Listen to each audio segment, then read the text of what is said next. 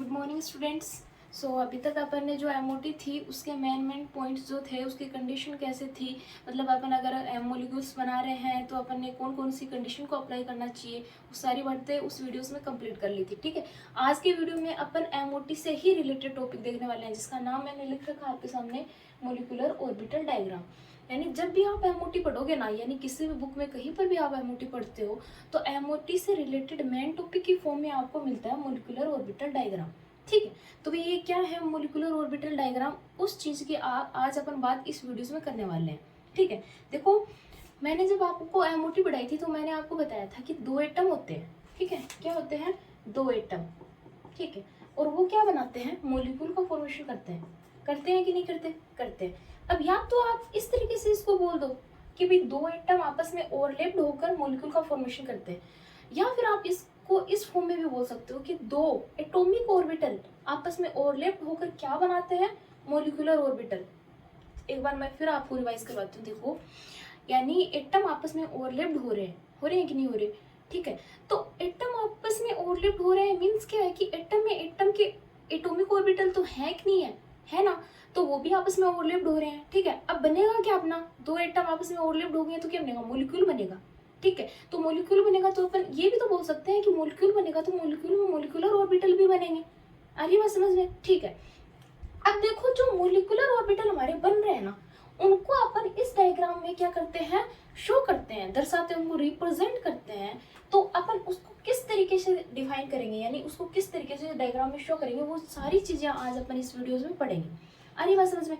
तो अभी अपन ने बात की कि दो एटम आपस में ओवरलैप्ड होते हैं या फिर दो एटॉमिक ऑर्बिटल आपस में ओवरलैप्ड होकर क्या बनाते हैं? मॉलिक्यूल बनाते हैं, या फिर क्या बनाते हैं? मॉलिक्यूलर ऑर्बिटल बनाते हैं। ठीक है, तो जो मॉलिक्यूलर ऑर्बिटल बनेंगे ना, ठीक है, तो वो क्या होंगे? सेम नहीं बनेंगे। यानी ऐसा नहीं है कि दो एटम आपस में ओवरलैप्ड हो रहे हैं और वो सेम एटॉमिक ऑर्बिटल बना रहे हैं, ऐसा नहीं होगा। यहाँ पर बनने वाले जो एटॉमिक ऑर्बिटल यानी मॉलिक्यूलर ऑर्बिटल जो होंगे वो क्या होंगे? डिफरेंट टाइप के होंगे।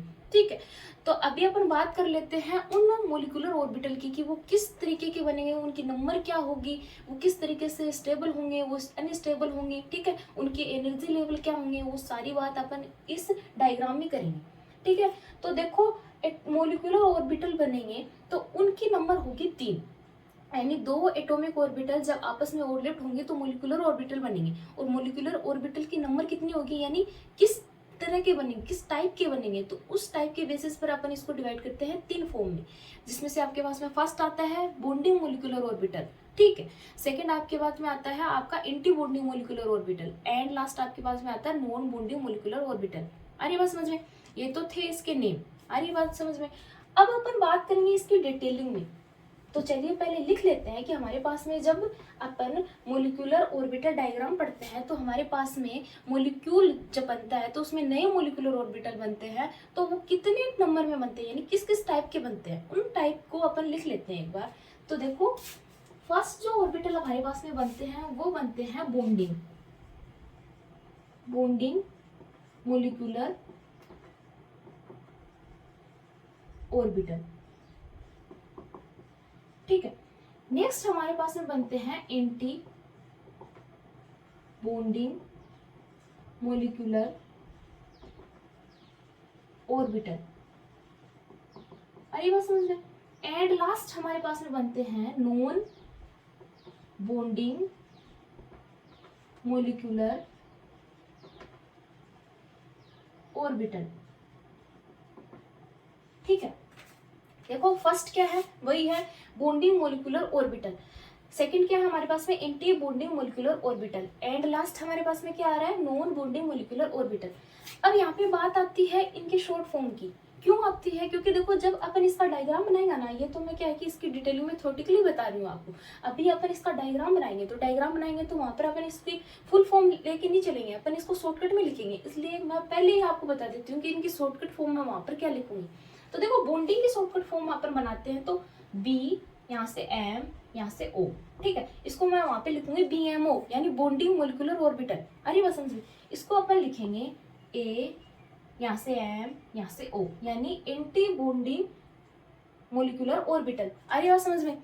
यानी एंटी बॉन्डिंग मोलिकुलर ऑर्बिटल अपन इसको लेके चलेंगे। या तो आप इसको AMO लिख दो, या फिर आप इसको बॉन्डिंग भी दिखाना चाहो तो आप इसको ABMO भी लिख सकते हो, जैसे कि ABMO। तो यहाँ पर आपको नेम याद रहेगा, एंटी बॉन्डिंग मोलिकुलर ऑर्बिटल। ठीक है, लिखने को आप इसको ABMO भी लिख सकते हो, कोई दिक्कत नहीं उसमें। इसको अपन लिखेंगे नॉन बॉन्डिंग मोलिकुलर ऑर्बिटल। तो कैसे लिखेंगे इसको, NBM यहाँ से O। ठीक है, नॉन बॉन्डिंग मोलिकुलर ऑर्बिटल। इतनी बात आपको क्लियर होती है। ठीक है, अब अपन बात करें कि भाई अपन ने इनको किस बेसिस पे डिवाइड किया है। ठीक है, यानी अपन इसको डिफरेंट डिफरेंट टाइप में डिवाइड कर रहे हैं, तो किस बेसिस पे कर रहे हैं, इनके एनर्जी लेवल के बेसिस पे करते हैं। ठीक है, यानी किसकी एनर्जी तो ज्यादा है, किसकी एनर्जी कम है, और इसके एनर्जी लेवल के साथ ही इन ऑर्बिटल की स्टेबिलिटी भी जुड़ी हुई है। जैसे कि अपन बात करें बॉन्डिंग मोलिकुलर ऑर्बिटल क्या होते हैं। ठीक है, तो देखो दो एटम जो है ना, अपन अभी बॉन्डिंग मोलिकुलर ऑर्बिटल बना रहे हैं, तो मतलब क्या है, इसका मोलिक्यूल बन रहा है। ठीक है, तो देखो दो एटम जो है ना, दो एटम वो आपस में क्या करेंगे, ओवरलैपिंग करेंगे। क्या करेंगे, वो आपस में ओवरलैपिंग। बनेगा क्या हमारे पास में यहाँ पर, मोलिक्यूल बनेगा। क्या बनेगा यहाँ पर हमारे पास में, मोलिक्यूल बनेगा। अब देखो दो एटम आपस में ओवरलैप हो रहे हैं, यानी एटॉमिक ऑर्बिटल आपस में ओवरलैप हो रहे हैं, तो आप इसको यहाँ पर क्या लिख सकते हो, जैसे कि अपन इसको समझ लेते हैं क्लियर फॉर्म में। देखो यहाँ पर दो एटम है, ठीक है, वो आपस में ओवरलैप होकर मॉलिक्यूल बना रहे हैं। ठीक है, तो मीन्स है कि ये एटॉमिक ऑर्बिटल, ये एटॉमिक ऑर्बिटल दोनों आपस में क्या कर रहे हैं, ओवरलैपिंग। ओवरलैपिंग को एक बार मैं शॉर्टकट फॉर्म में लिख रही हूँ, ओवरलैपिंग कर रहे हैं, तो क्या बना रहे हैं, यहाँ पर मॉलिक्यूलर ऑर्बिटल बना रहे हैं। ठीक है, तो क्या बन रहा है यहाँ पर, मॉलिक्यूलर ऑर्बिटल, और ये क्या है, एटॉमिक ऑर्बिटल। तो भाई एटॉमिक ऑर्बिटल की भी कुछ एनर्जी है, मोलिकुलर ऑर्बिटल की भी कुछ एनर्जी है। अब वो एनर्जी किस किस तरीके से ये प्रदर्शित करते हैं, शो करते हैं, उसके फॉर्म में अपन इसको डिवाइड कर रहे हैं। जैसे अपन बॉन्डिंग की बात करें तो दो एटॉमिक ऑर्बिटल है, वो आपस में ओवरलैप्ड होंगे और मोलिकुलर ऑर्बिटल बन रहा है। तो ये जो मोलिकुलर ऑर्बिटल बन रहा है, ठीक है, इसकी एनर्जी अगर दोनों ओवरलैप्ड होने वाले एटॉमिक ऑर्बिटल की एनर्जी से कम है, एक बार फिर से समझिए, देखो दो एटॉमिक ऑर्बिटल आपस में ओवरलैपिंग करके मोलिकुलर ऑर्बिटल बना रहे हैं। अगर बनने वाले मोलिकुलर ऑर्बिटल की एनर्जी ओवरलैप्ड होने वाले एटॉमिक ऑर्बिटल की एनर्जी से क्या है, कम है, और इनकी क्या है, ज्यादा है, तो इन ऑर्बिटल को अपन क्या बोलेंगे, बॉन्डिंग मोलिकुलर ऑर्बिटल, यानी BMO, बॉन्डिंग मोलिकुलर ऑर्बिटल बोलेंगे। आई बात समझ में। ठीक है, अब इनकी एनर्जी क्या है, कम है, इन ऑर्बिटल की एनर्जी कम है, लेकिन एनर्जी कम होने के साथ ही इनकी स्टेबिलिटी भी जुड़ी हुई है। यानी अगर एनर्जी इनकी डाउन है, कम है, तो इनके अंदर जो इलेक्ट्रॉन प्रेजेंट होंगे ना, उनका स्थायित्व, उनकी स्टेबिलिटी ज्यादा होगी कंपैरिजन टू एंटी बॉन्डिंग के। अभी अपन एंटी बॉन्डिंग की भी बात करेंगे। तो कहने का मेरा मीन्स है कि बॉन्डिंग मोलिकुलर ऑर्बिटल की एनर्जी कम होती है और इनका स्टेबिलिटी, इनका स्थायित्व जो है वो ज्यादा होता है। अब बात करते हैं कि भाई हमारा बॉन्डिंग मोलिकुलर ऑर्बिटल बन गया ना, एक बार अपन मान लेते हैं कि ये बॉन्डिंग मोलिकुलर ऑर्बिटल है। ठीक है, इसमें इलेक्ट्रॉन प्रेजेंट होंगे, कोई भी ऑर्बिटल है, सिंपल सी बात है, उसमें इलेक्ट्रॉन प्रेजेंट होंगी। ठीक है, तो ये स्टेबल है, ऑर्बिटल क्या है, स्टेबल है। अगर ऑर्बिटल स्टेबल है तो इसमें प्रेजेंट इलेक्ट्रॉन भी स्टेबल है। सेकेंड बात कंप्लीट हुई। ठीक है, अब अपन क्या कह रहे हैं कि जब अपन किसी रिएक्शन में देखते हैं या अपन किसी मॉलिक्यूल में देखते हैं, तो वो बॉन्डिंग करता है ना, यानी बॉन्ड बनाता है। जैसे कि ये डबल बॉन्ड हो गया, ये सिंगल बॉन्ड हो गया। ठीक है, अपने अपने तरीके से ट्रिपल बॉन्ड हो जाते हैं। ठीक है, तो अपन क्या बोलते हैं कि वो बॉन्ड बनाता है। ठीक है, बॉन्ड में क्या प्रेजेंट होते हैं भाई, अपन बताते हैं कि बॉन्ड में इलेक्ट्रॉन प्रेजेंट होते हैं। देखो एक एक चीज को क्लियर करके चलो, यहाँ पर बहुत ही अच्छी तरीके से समझ में आएगी ये थ्योरी आपके। बॉन्ड में क्या प्रेजेंट होते हैं, इलेक्ट्रॉन प्रेजेंट होते हैं। अगर बॉन्डिंग वाले इलेक्ट्रॉन बॉन्ड में प्रेजेंट है तो बॉन्ड स्टेबल होना बनता है।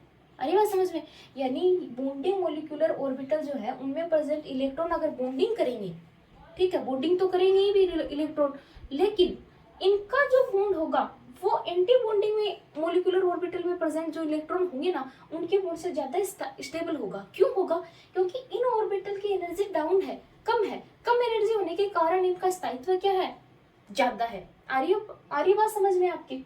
अब अपन देखते हैं एंटी बॉन्डिंग को। देखो अभी सेम एज इट इज होगा एंटी बॉन्डिंग भी। तो देखो एंटी बॉन्डिंग में क्या होता है, एंटी बॉन्डिंग की जो एनर्जी होती है ना, वो ज्यादा होती है, हाई होती है। हाई होने के कारण क्या होगा कि इनका जो स्टेबिलिटी लेवल होगा ना, वो डाउन होगा, यानी इनकी स्टेबिलिटी क्या होगी, कम होगी। देखिए यहाँ पर, यानी दो एटम आपस में ओवरलैप्ड हो रहे हैं, ये एटॉमिक ऑर्बिटल हो गया, जैसे कि ये भी एटॉमिक ऑर्बिटल हो गया। ये आपस में ओवरलैप्ड हुए और यहाँ पर क्या बन गया, मॉलिक्यूल बन गया, ठीक है, यानी मॉलिक्यूलर ऑर्बिटल बन गया। आ रही बात समझ में। अब देखो अगर ओवरलैप्ड होने वाले एटॉमिक ऑर्बिटल की एनर्जी, ठीक है, यानी अपन क्या कर रहे हैं कि ओवरलैप्ड होने वाले एटॉमिक ऑर्बिटल आपस में ओवरलैप्ड होकर क्या बना रहे हैं, मॉलिक्यूलर ऑर्बिटल बना रहे हैं। अगर इन ऑर्बिटल की एनर्जी ओवरलैप्ड होने वाले यानी एटॉमिक ऑर्बिटल की एनर्जी से क्या है, ज्यादा है, यानी अभी अपन ने देखा बॉन्डिंग में तो इन ऑर्बिटल की एनर्जी क्या थी, कम थी। अभी अगर बनने वाले ऑर्बिटल की एनर्जी क्या होगी, ज्यादा होगी ना, तो अपन उन ऑर्बिटल को क्या नेम देंगे, anti bonding molecular orbital name देंगे, ठीक है। यानी दो ऑर्बिटल आपस में ओवरलैप्ड होते हैं तो उनकी भी कुछ एनर्जी होती है, तो वो बनाते क्या है, मॉलिक्यूलर ऑर्बिटल।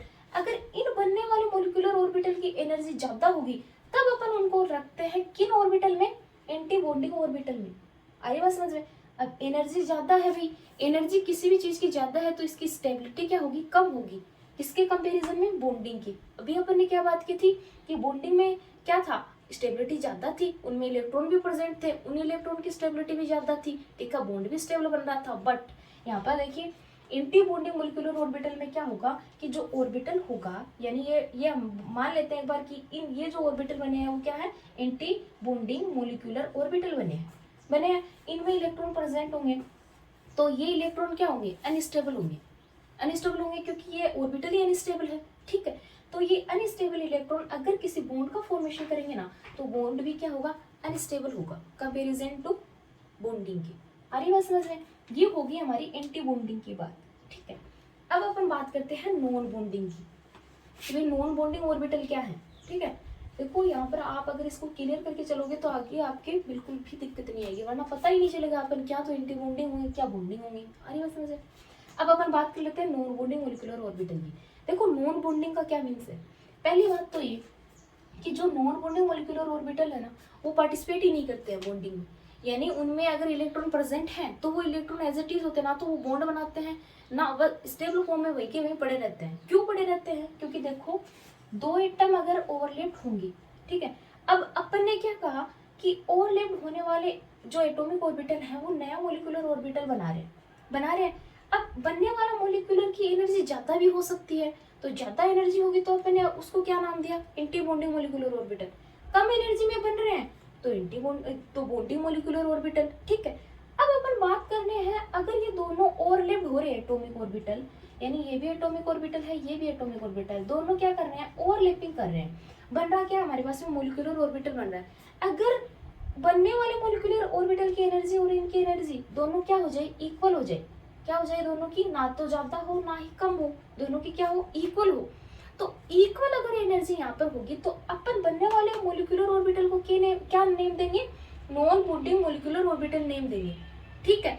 दूसरी बात ये कि अगर एंटी बॉन्डिंग मॉलिक्यूलर ऑर्बिटल है हमारे पास में, ठीक है, यानी एटॉमिक ऑर्बिटल है हमारे पास में और मॉलिक्यूलर ऑर्बिटल है, दोनों की एनर्जी इक्वल है, तो ये क्या करेंगे, बॉन्डिंग में पार्टिसिपेट नहीं करेंगे, ठीक है। अगर उस ऑर्बिटल में इलेक्ट्रॉन प्रेजेंट भी है तो वो एज इट इज रहेंगे, उनमें बॉन्डिंग में पार्टिसिपेट नहीं करेंगे। लेकिन यहाँ पर क्या होगा, इलेक्ट्रॉन बॉन्डिंग में पार्टिसिपेट भी करेंगे बट ये स्टेबल एंड अनस्टेबल होंगे। अगर बॉन्डिंग वाले पार्टिसिपेट कर रहे हैं बॉन्ड में, ठीक है, यानी बॉन्डिंग वाले इलेक्ट्रॉन पार्टिसिपेट कर रहे हैं तो बॉन्ड स्टेबल बनेगा, और एंटी बॉन्डिंग वाला मॉलिक्यूल यानी एंटी बॉन्डिंग मॉलिक्यूलर ऑर्बिटल में प्रेजेंट इलेक्ट्रॉन अगर बॉन्ड में पार्टिसिपेट कर रहे हैं तो वो क्या होगा, बॉन्ड अनस्टेबल होगा, लेकिन बॉन्ड बनेगा, दोनों में ही बॉन्ड बनेगा। इसमें क्या होगा कि एनर्जी दोनों की क्या होगी, यानी ओवरलैप्ड होने वाले एटॉमिक ऑर्बिटल की एनर्जी और बनने वाले मॉलिक्यूलर ऑर्बिटल की एनर्जी दोनों की इक्वल हो जाएगी। तो इक्वल अगर एनर्जी हो गई है तो ये इसमें प्रेजेंट जो इलेक्ट्रॉन होंगे वो क्या करेंगे, बॉन्ड में पार्टिसिपेट ही नहीं करेंगे, वो एज इट इज पड़े रहेंगे। अरे बात समझ में।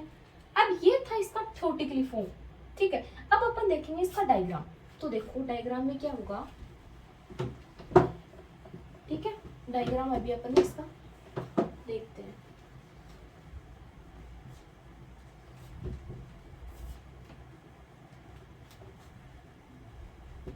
देखिए अभी अपन बात कर लेते हैं इसके डायग्राम की।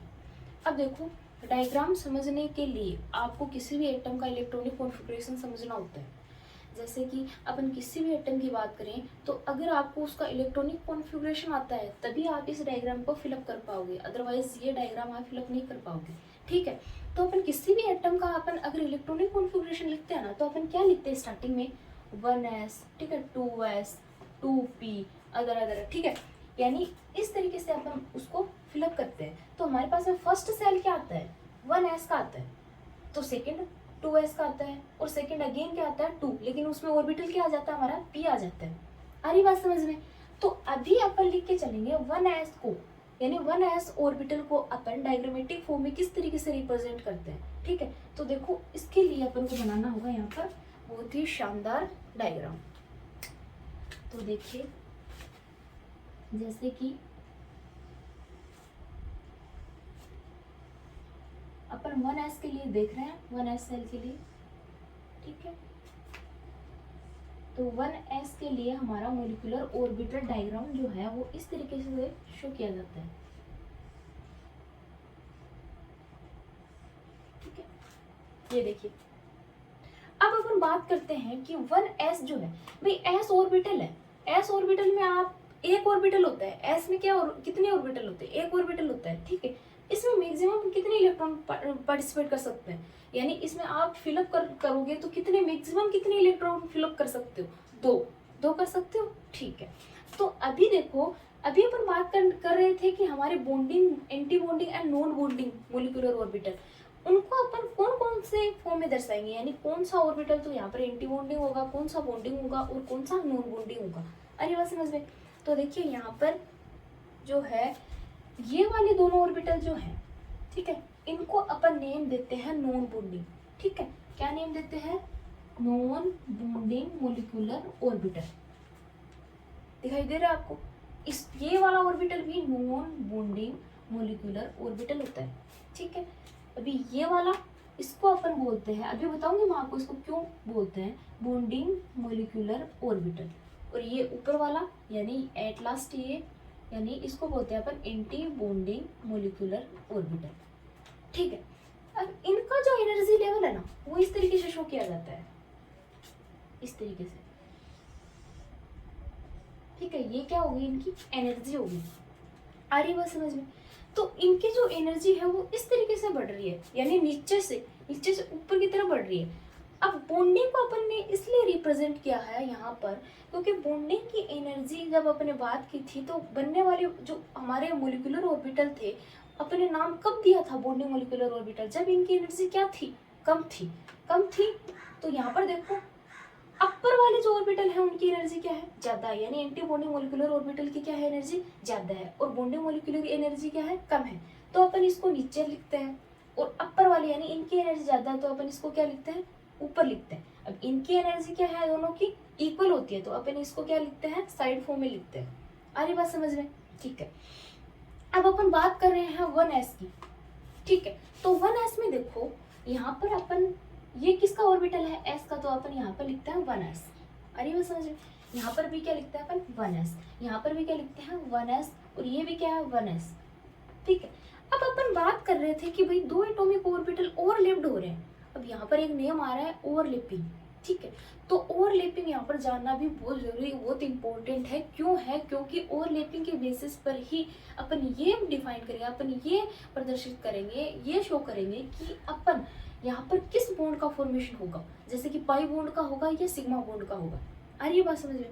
तो देखो एस ऑर्बिटल जो है ना, चाहे तो आप एस की एस के साथ में ओवरलैपिंग करवाओ, ठीक है, चाहे तो आप एस की एस के साथ में ओवरलैपिंग करवाओ, ठीक है, या फिर आप एस की पी के साथ में ओवरलैपिंग करवाओ।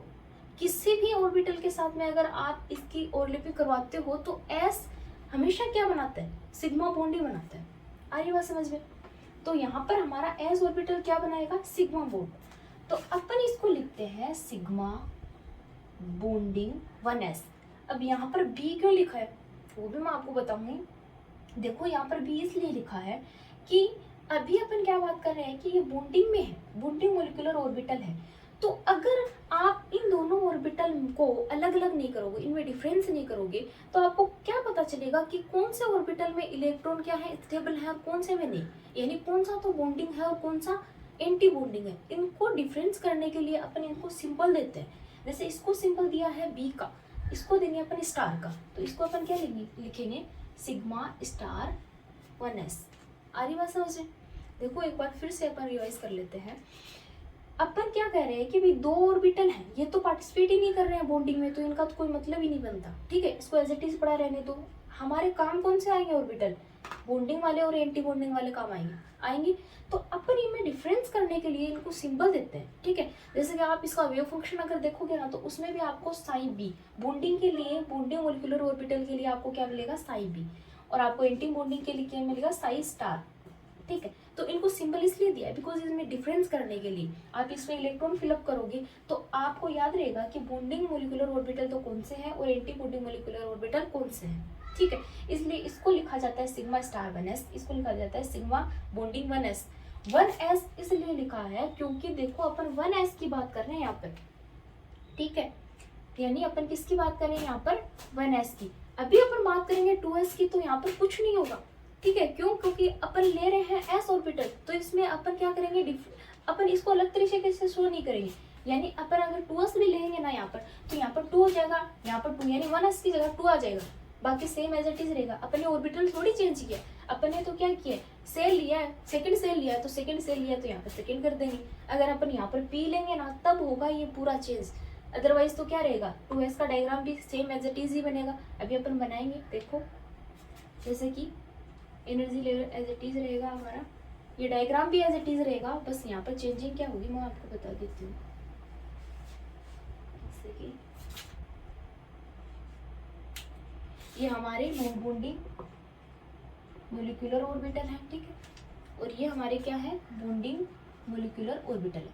अब अपन बात करते हैं सेकंड सेल, तो देखो सेकंड में क्या है, s का ही तो है, तो s के लिए अपन क्या लिख देते हैं, 2s, ठीक है, क्योंकि ये अपन क्या ले रहे हैं, सेकंड सेल ले रहे हैं, 2s ले रहे हैं, तो यहाँ पर क्या लिख देंगे अपन, 2s, यहाँ पर भी क्या लिख देंगे 2s, और यहाँ पर भी क्या लिख देंगे 2s, ठीक है। अब चेंजिंग कहाँ हुई, 2 के साथ में, यानी वहां पर अपन 1s ले रहे थे, यहाँ पर क्या ले लेंगे, 2 ले लेंगे। अगर हमारा क्या बने, ऑर्बिटल चेंज होना, तब अपन को ये डायग्राम क्या बनेगा, फिर से रफ करके फिर से बनाना होता है, वरना तो s अगर आप कहीं पर भी लिखो, किसी भी एटम में इलेक्ट्रॉनिक कॉन्फ़िगरेशन में आप s लोगे तो 1s या 2s दोनों का डायग्राम सेम बनेगा, बस आपको यहाँ पर सेल चेंज करना होता है। अरे बात समझ में, तो अपन यहाँ पर क्या लिख देंगे, वही है सिग्मा बी और यहाँ पर सिग्मा स्टार 2s, आगे बात समझ में, ठीक है।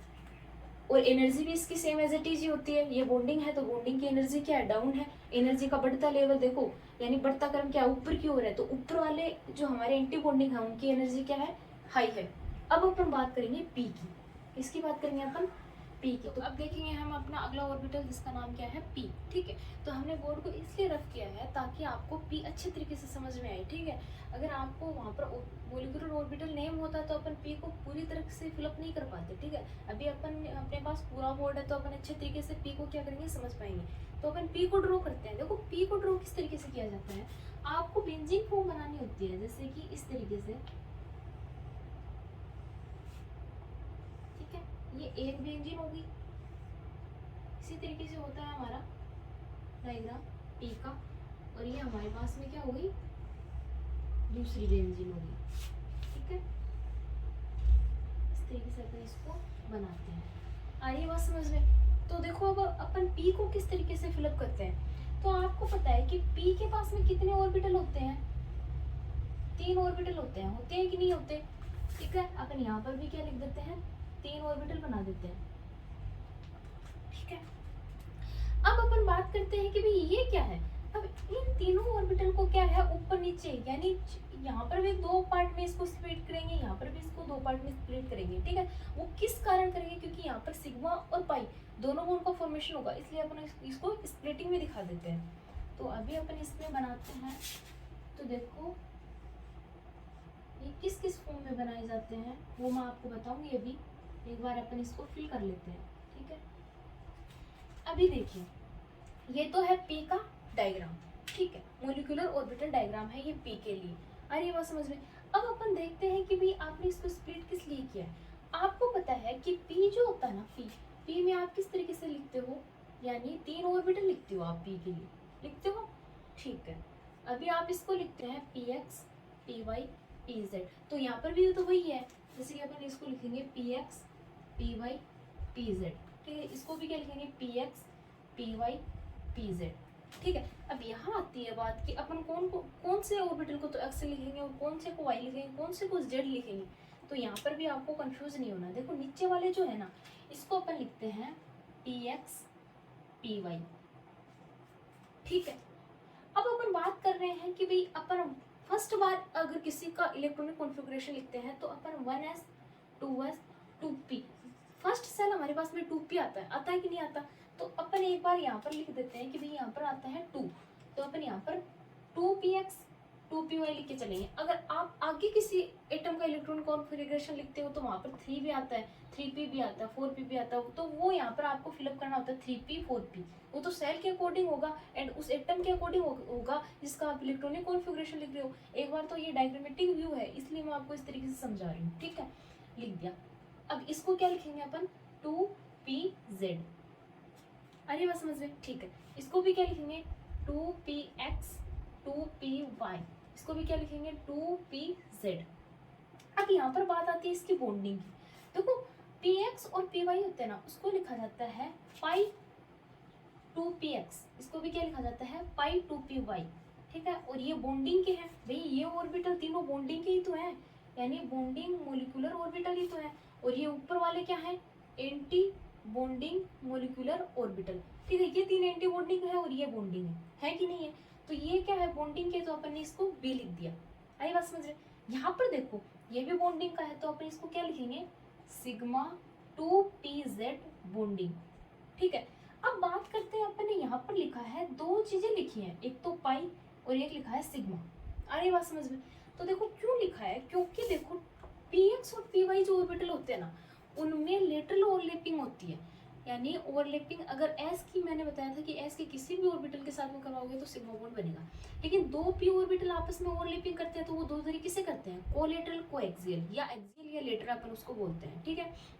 तो यहाँ पर देखो px और py जो ऑर्बिटल है, जैसे कि ये हमारे पास में हो गया px और ये दूसरा py, ठीक है। अब इनकी जो ओवरलैपिंग है ना ये वाली, ठीक है, इससे ये क्या बनाएंगे पाई बॉन्ड बनाएंगे, ठीक है।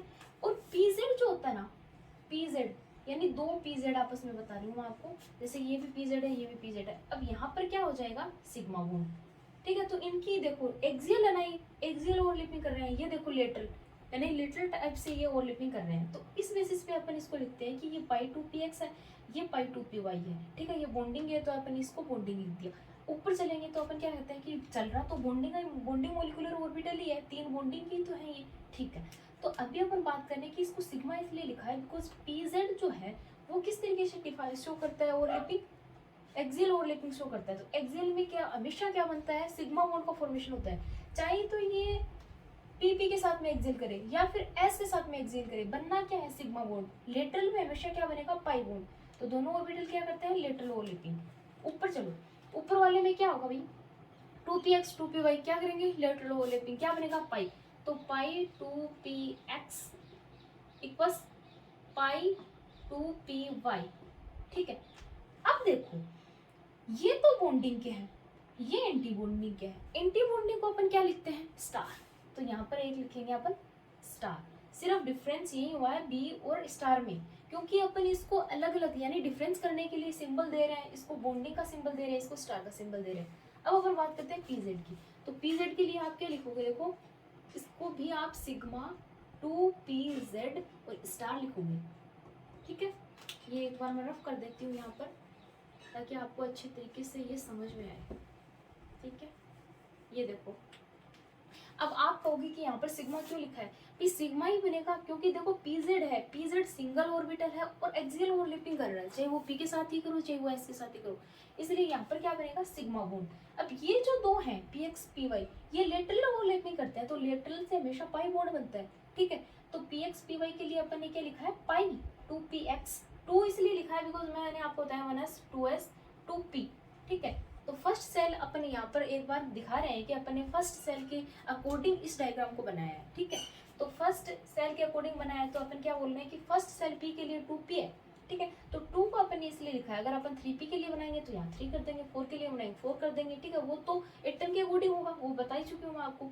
अब अपन बात कर रहे हैं कि भाई यहाँ पर सिग्मा इसलिए लिखा है क्योंकि pz जो है वो एक्सियल ओवरलैपिंग कर रहा है, तो सिग्मा आ गया। 2 सेल के लिए लिख रहे हैं तो 2pz ये ऑर्बिटल अपना है ही, और स्टार इसलिए लिखा है क्योंकि ये एंटी बॉन्डिंग के हैं, ये बॉन्डिंग मोलिकुलर ऑर्बिटल है और ये क्या है हमारे एंटी बॉन्डिंग मोलिकुलर ऑर्बिटल। आई बात समझ में? ये चीज आपकी समझ में आ गई होगी। इसको एक बार रफ कर देते हैं ताकि आपको और अच्छे तरीके से ये क्लियर हो जाए सारी चीजें। ये देखिए, ये है हमारा पी ऑर्बिटल का डायग्राम। ठीक है, तो देखो पी ऑर्बिटल में आपको पता है, एक बार फिर से रिवाइज करते हैं इस चीज को।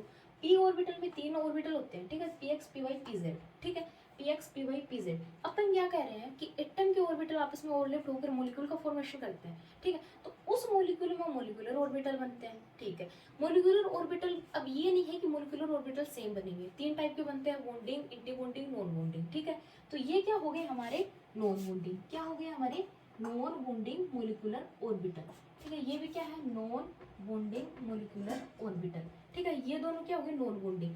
अब देखो मैंने आपको बताया था कि एनर्जी लेवल इनका इस तरीके से है, यानी नीचे से ऊपर की तरफ। तो नीचे वाले चाहे वो एस में देख लो या फिर पी में देख लो, नीचे वाले कौन से रहेंगे हमेशा बॉन्डिंग मोलिकुलर ऑर्बिटल, ऊपर वाले क्या रहेंगे एंटी बॉन्डिंग मोलिकुलर ऑर्बिटल।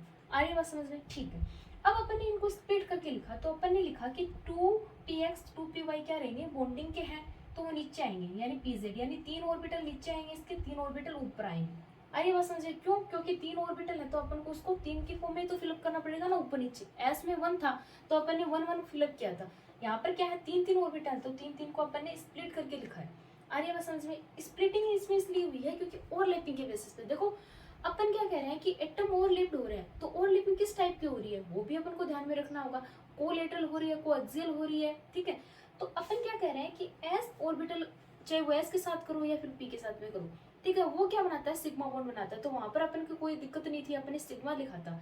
बात कहाँ आई थी बॉन्डिंग और एंटी बॉन्डिंग की, तो बॉन्डिंग में था तो अपन ने वहां पर सिग्मा के ऊपर बी लिख दिया था, और एंटी बॉन्डिंग था तो स्टार लिख दिया था, बनना क्या था सिग्मा बॉन्ड। यहाँ पर दिक्कत आती है, यहाँ पर ये P है इसलिए PX और PY और PZ 3 ऑर्बिटल हैं, तो 3 ऑर्बिटल में से 2 ऑर्बिटल ऐसे होंगे जो लेटरल ओवरलैपिंग करते हैं। ठीक है, कौन कौन से PX PY। लेटरल ओवरलैपिंग से हमेशा पाई बॉन्ड बनता है, ये चीज आपको याद होनी चाहिए।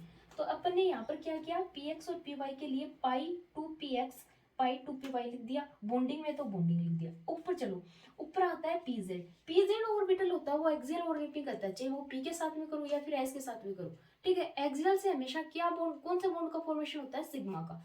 तो अपन यहाँ पे क्या लिखा सिग्मा 2pz बी इसलिए लिखा है क्योंकि बॉन्डिंग का है, अपन को डिफरेंस करना है। ऊपर चलेंगे तो अपन ऊपर क्या बोल रहे हैं 2px 2py। ठीक है, अपन सेकंड सेल के लिए लिख रहे हैं इसलिए अपन लिख दिया 2px 2py। फिर अपन लिखते हैं पाई इसलिए लिखा है क्योंकि px py दोनों कोलेटरल या लेटरल ओवरलैपिंग करते हैं तो पाई बॉन्ड का फॉर्मेशन होता है। स्टार, यहाँ पर आता है स्टार इसलिए आया क्योंकि ये एंटी बॉन्डिंग के हैं। ठीक है, बॉन्डिंग के होते तो यहाँ पर बी लिख देते, अब एंटी बॉन्डिंग का तो स्टार लिख दिया। अब अपन बात करते हैं 2pz की, तो 2pz में देखो क्या होता है, अपन बात कर रहे हैं 2 सेल की तो अपन ने 2 लिख दिया, pz है तो pz क्या है ऑर्बिटल है p का, थर्ड ऑर्बिटल है p का, तो अपन ने इसको pz लिख दिया। अब अपन बात कर रहे हैं यहाँ पर सिग्मा इसलिए आया है क्योंकि ये क्या कर रहा है एक्सियल ओवरलैपिंग कर रहा है, चाहे वो p के साथ हो चाहे वो s के साथ हो, तो सिग्मा बॉन्ड का फॉर्मेशन हुआ तो सिग्मा अपन ने यहाँ पर दर्शा दिया। फिर अपन बात करें स्टार इसलिए लिखा है क्योंकि एंटी बॉन्डिंग ऑर्बिटल है ये। आई बात समझ में? तो ये जो डायग्राम था वो आपका पी के लिए था।